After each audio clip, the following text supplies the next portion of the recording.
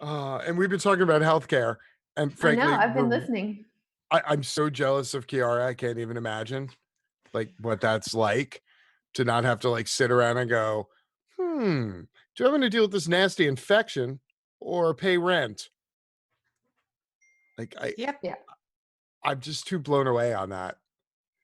So I I don't was even talking want to to a friend go. of mine this morning who is, I would say, Republican/libertarian. And I'm like, please come and stream with us because I just want to see that debate. But he's always like, oh, the UK has such like terrible waiting times, and like, Kiara, I know you're in Germany, but I just would love for someone who's experiencing that to talk to him, because he's always talking about how, oh, it would never work and it would be terrible and there would be all these wait times and just, you know, all the bad arguments for it. They clearly are not true in other countries, and it's very, I don't know. I like to Like, keep him in conversation because it keeps me sharp for what the other side is saying. Well, and I mean, why? I don't understand why would they even make that argument? How could that be a thing under a universal healthcare system? Why would there be longer waiting times? exactly. Just because more people want to go to a doctor? If more people want to go to a doctor, or if more people have the financial capabilities to go to a doctor, then by their own argument of capitalism, that also means that more people will have to will be able to spend money on that, so more doctors can actually profit off that, and so on and so on. Like, Exactly, that 'cause argument literally makes no sense whatsoever. you could maybe make that argument for a national healthcare system, maybe, but we're still keeping the for-profit delivery of healthcare. So under their, worldview, you would see an increase, actually. Yeah, that's There was a just it. on my Facebook page that ended up with 135 comments about Medicare for All, and just basically like he was trying to argue why it was bad and why it was wrong and like all the terrible things that would happen under it. And I think it's really frustrating because they tend to go to these extremes of like, well, what would happen, that always end up with, well, we would just start like not providing healthcare to people with disabilities and just start euthanizing people. And I'm like, how did we get there? How did we get there? But that's the common argument. It's like, we can't have same-sex marriage because the next thing you know, people will be marrying horses. Well, you know how many fucking times I heard that? Yeah. That's why I won't have those discussions. Like, if somebody wants to push back control, I just say, all right, before we move forward, do you think that we should work to provide healthcare to people regardless of their ability to pay? If they can't answer yes to that, just flatly yes, then I'm done with the conversation, because they're just trolling. That's a good approach. There was a good question in chat that I quickly wanted to answer. In Germany, do the political right support the national health service as well, or do they want to privatize it? So the thing is that the AfD, our little fascist party, actually released a manifesto a good while ago that they completely dropped again once it started gaining traction and once people saw what it really is. But in essentially, they said they wanted to completely privatize healthcare. Yeah. So they completely went back on that. But I think that's just for populism's sake. And I think if they could, they still would privatize the entire healthcare system. So yeah, the far right in Germany actually does want that. The conservatives, not even so much. And mostly not even the neoliberals, because most people in most parties in Germany agree that it's a really, really good thing and we should keep it. But we are fighting more privatization in the healthcare sector, in healthcare all around, I guess.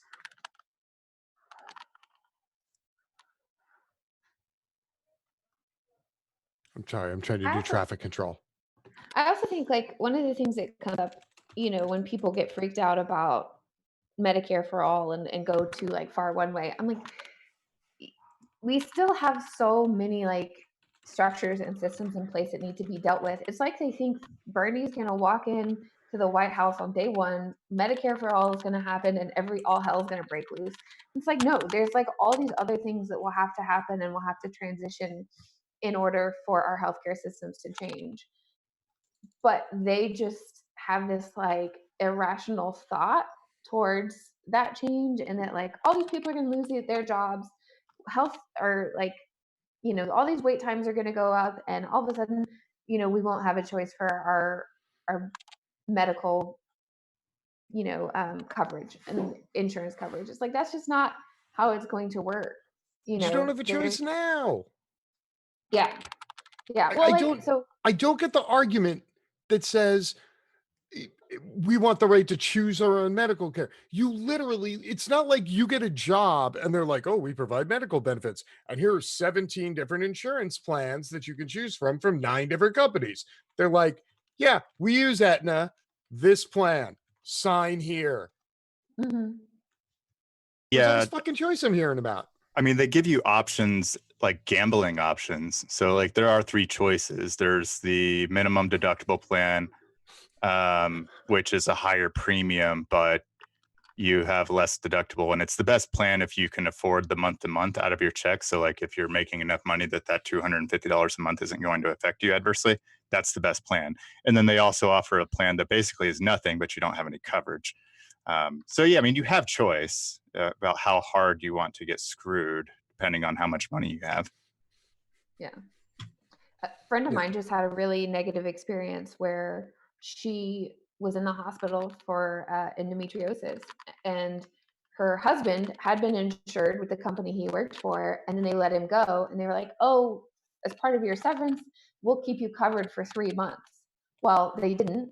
He lost that. So here she is in the hospital. She needs, you know, prescription, and she's unable to get it filled because they canceled their insurance. And then they told him, well, if you don't say anything negative about us and about us letting you go, sign this document and we'll give you your insurance back for 3 months. That just What? happened with my wife, actually. What? And we work for Yeah. the same company. Yeah. Like, how? That's what? Like, What now the shit your just wife. happened? Yeah. This person got let go from their job. Like, everything was fine. They were like, well, we're just going to let you go. Told them they were going to have their insurance for 3 months. Didn't, and they didn't know it. So here she is in the hospital dealing with like some surgery and complications from endometriosis. And then he finds out they don't have insurance coverage, and the company tells them, oh, well, if you sign this paper saying that you won't say anything negative about us or about us dropping your insurance, we'll give you your insurance back. That's the part that tripped me up. And then Andre, your wife literally did the same thing? Similar thing. So she was laid off, but they gave her a severance, right? And the severance is through this month, and they're still taking the premiums out of her paycheck, but they dropped her from the coverage. And the problem is, I didn't bother switching because I was under her plan because she started at the company a couple months before I did. And so I was her dependent under her plan. Well, I realized this as we try to go to the doctor, and it's like, oh, this isn't valid or whatever. And so now we just don't have health insurance. And so now I'm trying to backtrack and figure out what's going on. And I figured out it was a system issue, right? But they're literally taking premiums out of her paycheck and she's not covered as a result of it. Isn't that like illegal to take money from someone's paycheck for a service that you're not providing? Well, yeah, but I mean, they're a multi-billion-dollar company. And Oh yeah, that. they're going to do whatever the hell they want. Yeah. And then like trying to go, if somebody's like, well, they can sue, and like potentially, but also like that's such a process and costs money, and like, exactly. you know, they're already going through something emotional. This friend of mine, it's like just very emotionally devastating. And it's like, is that really what you want to go through? And that's what we're faced with, you know. For sure, Medicare for all is terrible and gonna ruin our country. Sorry, I'm horrified thinking about that. That's all. Like I'm on my wife's insurance, and she works for the government actually. And the only problem we've had so far was when she switched jobs last year. And she had to get a COBRA policy, which if you don't know much about insurance, it basically means you can pay like quadruple the amount you were paying through your employer to keep your plan for X number of weeks after you leave that employer. So like she went from paying like $200 a paycheck to our medical insurance to it being $800 a week for the insurance to carry it over, all because she has medicine that has to be delivered to the house because it comes in like a thing with like the frozen ice. And so literally, like, she doesn't get medicine, she'll die. So like we kind of have no choice on this one. And we literally pay $800 a week for insurance for like a month, just so she could get her $10,000 prescription for $800. Which, by the way, my wife has to buy an $800 prescription or else she dies. And then the pharmaceutical companies are just sitting back and like, look at all this money we're making. It's so great. Yeah. So hang on. So Kiara, so you're over in Germany, and I only know about some of this because my wife interviewed with Bayer, who I know actually Bayer merged with Monsanto, actually, but Bayer still makes pharmaceuticals Not also. really. They didn't really merge, such as Bayer pretty much bought Monsanto out. Well, they did it also because they had to kill Monsanto as a business entity because its Q rating was -30. Yeah. Like publicists were officially like, you can no longer recover, no matter how much money you spend on advertising. But like, I know Bayer's in Germany. So let me ask you, do you guys, since you have quote government healthcare in Germany, which again, we've been told is impossible, yet it seemingly exists places. Do you guys have the problem that we have with the prescriptions where sometimes they're less, sometimes they're more, or if there isn't a generic available, then it's super high expensive? Or does your state healthcare system uh, put like a max or a cap on medical and prescription costs? Actually, yes, they do. However, that cap is only for doctors. So doctors can only prescribe a certain amount of medication per month, pretty much, which the health insurance will cover. That is an issue, and that should be better. But it also prevents pharmaceutical companies from completely overpricing medication, because the doctors who prescribe medication, if you know, like certain products from certain pharmaceutical companies cost too much, then they will just go for a cheaper version of it, for a knockoff version of it, of the same medication, of the same medicine that costs less. So there's actually an incentive for the pharmaceutical companies to keep the price low, because the higher the price is on a certain product, the less likely doctors will be to prescribe it, because they have that limit per month or per quarter, pretty much like every 3 months. That's awesome. My mind is fucking blown. Like here it's it's the opposite. Like my wife has to take Humira and there is no generic of it. So Humira charges a ludicrous amount for it because they literally know they have the monopoly. Yeah. I mean, that's you know, something like that is still a problem, and especially when it comes to medicine, there should be no such thing as a fucking copyright. Like, that needs to go ASAP. Companies should not be able to hold such vital things as medicine for their own, as an exclusive right to distribute that and have a monopoly on that. What happens when that is the case? I mean, we literally saw that with fucking cockroaches like Martin Shkreli. Yeah. You muted, you boomering. Sorry about that. I'm trying to do air traffic control with everybody coming in and out here. We just all want to share and give our thoughts on how terrible this all is. I'm just blown away on the medication cost and the reasoning behind it, because it's so logical Yet here it's the antithesis, because I guess maybe your medical care system in Germany is built on caring for people and ours is built on profit. Yeah.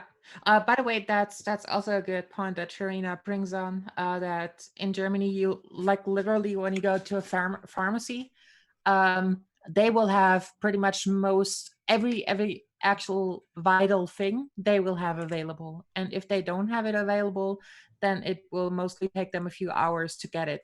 Like there's literally no problem with any shortages of getting any kind of medication you need. Sorry, you see the stunned look on all of our faces, right, Kara? Because we all live in America and we're literally boggled. Like you could have just told us that you actually saw like Bigfoot. I was gonna say, or that they actually just spoke to us in German and we're like, what did you just say? Yeah, actually, we'd be less surprised by Bigfoot. So, Yeah. holy crap. Okay, so hey, so we got a question in chat. It's come up a couple times. What are your thoughts about the public option? And I'm going to swing around through Lydia and Andre first, just because that's another thing Kiara would have no reason to know about because they have actual functioning state healthcare. So a public option does not address the fundamental issue of the problem. It puts a Band-Aid on it and certainly helps people at the bottom, and that's great. But it doesn't fix the issue for your average American. Like for me, for example, right? A public option doesn't help me at all. I still have to deal with the headache of private insurance. Even if I did get on that public option, I still have to deal with the headache of dealing with that public option and figuring out, oh, well, am I covered for this? Or does this doctor, are they in the public option, right? That's the problem for the majority of Americans. Yeah, cost is an issue for the bottom 40%, but the middle class, and part of the reason why they maybe don't understand this is because it's not put to people like that. They're not talking about all the time savings and headache savings that this reduces by getting rid of private insurance. So people who propose a public option can, well, you can just get fucked. Yeah, I think it's a lack of understanding of what that represents, because I mean, obviously it's like you said, it's important for those, the lower like 40% to be covered. But like, as someone who's had to try and find healthcare under the ACA and been so confused as to like, what's the best? What should I choose? What should I get? Like these public options, and still having to wade through it all and like, well, what is covered? And as somebody that does like need all these different prescriptions, where do I fit in? How does this work?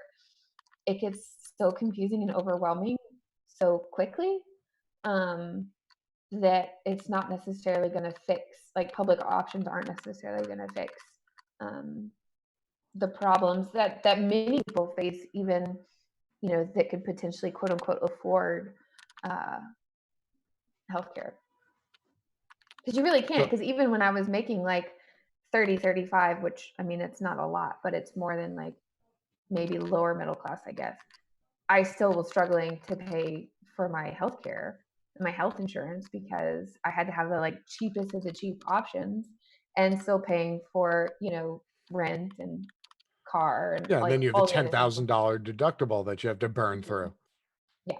Which so I've discussed this before, coming from a background in sales and marketing.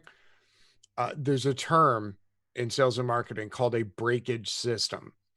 And essentially what it is, it's a too good to be true kind of system. And the reason why it succeeds, even though financially it should not, is because it's built on the fact that most people will have so much apathy towards having to jump through 30 hoops that they just won't do it. Like if you ever see, if you're not satisfied with this product, just, send it back with this self-addressed stamped envelope and we'll give you a full refund. But they do that knowing that only 20% of people who are dissatisfied with something will go to the website, print out the forms, write it all out, put it in a package, fill out the fucking the slip for it, go to the post office, wait in line because you have to send it certified or whatever. So offering something ridiculous you can still do it because it's a breakage system. And you know that if X number percentage of people take advantage of it, then your system breaks. Like you go belly up, you go bankrupt. And so your breakage system is based on saying we make a profit if only 20% or 30% of people return this product or avail themselves of the free service that we're including with it.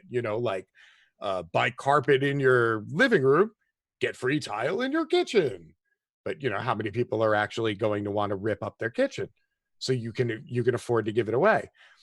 So that's a lot of what the argument against getting rid of private insurance for Medicare for all is, that people don't realize, because the insurance company, to Andre's point, it's a breakage system. It's built on the fact that 80% of people will have the look that Andre has on his face right now, and will just get so fucking frustrated, will just say fuck it and throw their hands in the air and write out a check they can't even afford to pay for, because they literally can't burn any more time jumping through all these hoops. It actually ends up costing them more money in lost wages and lost productivity. So the system's designed this way purposely. Would that be exactly a fair statement, Andre? Mhm. Exactly. And the thing is, it's worse than that, because I'm able to do that because I value my time at a high rate, and I'm fortunate enough to be able to do that. But if you're not wealthy, or just, above middle, like the bottom class or whatever, then you're just screwed. Because you're working more hours than me too. On top of that, you're working 60 or 80 hours a week. There's literally no time in your day to deal with it. And so you just die. Yeah. That's what Or happens to like, people who don't have 4 hours a day to kill sitting Or- in a fucking phone call queue. yeah, exactly. Because that's what I had to do a couple years ago. I was working in the service industry, and of course, nobody in the service industry has insurance. Nobody being a general statement. And like, I was trying to figure out my ACA health insurance. Called somebody, got into a queue while I'm at work. Like, I was the manager, so thankfully I was able to step away and do this.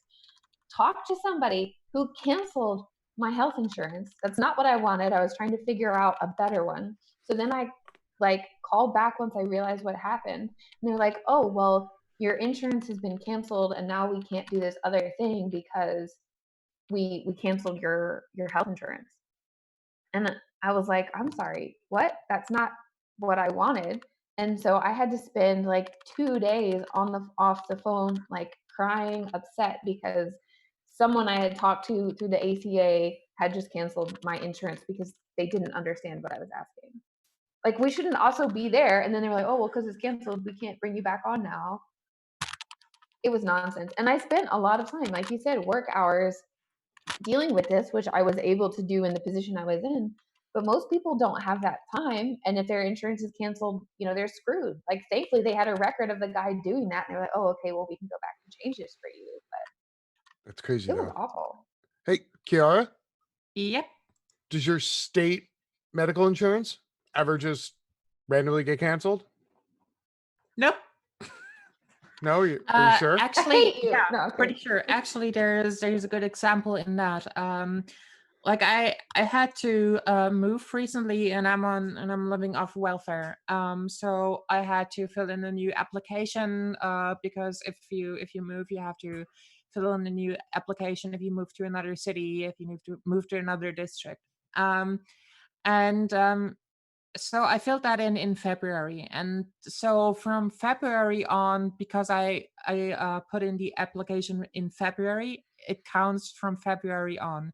That means that even though I am technically not insured as of right now, I am still with my insurance company or with my health insurance, and because I put in that application, I can still go to the doctor right now, because I know that as soon as this application is accepted, my coverage will be paid for going back to February. So even if my application is only accepted for welfare is only accepted in March, the dentist I went to, that will be covered by the health insurance because it's covered going back to February. I From the start actually, of the I'm blown away by the fact that you also get dental insurance.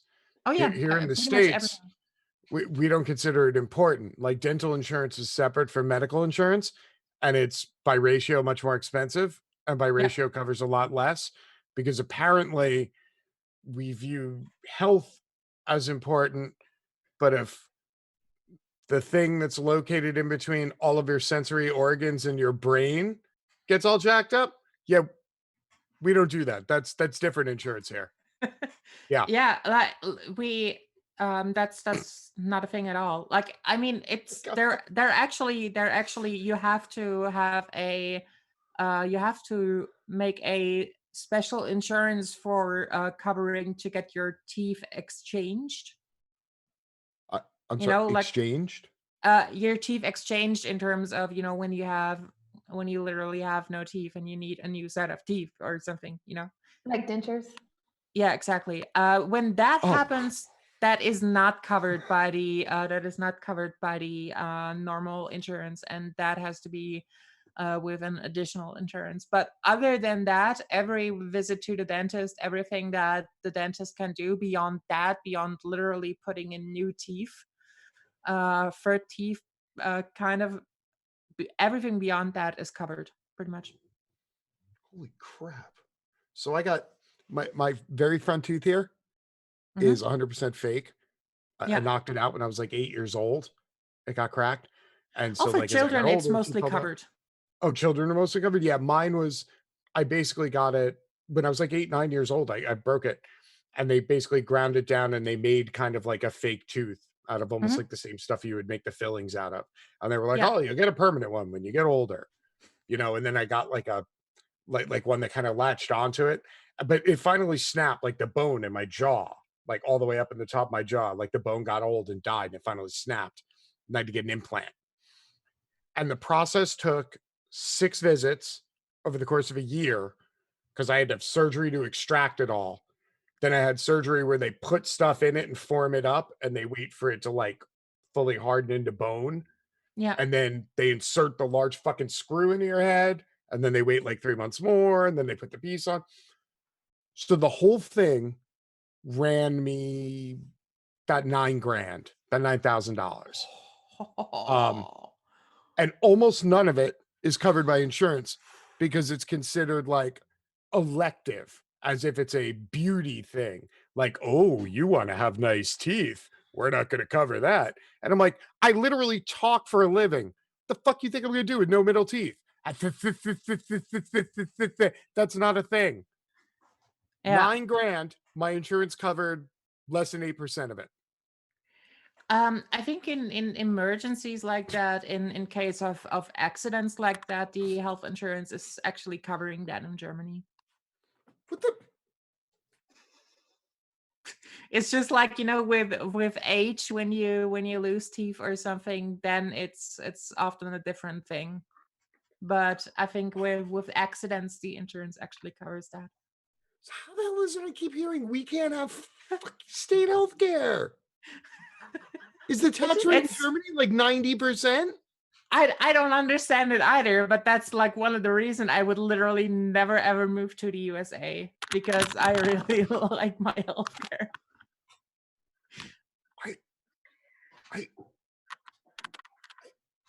I got nothing. I'm at the point of utter incredulousness.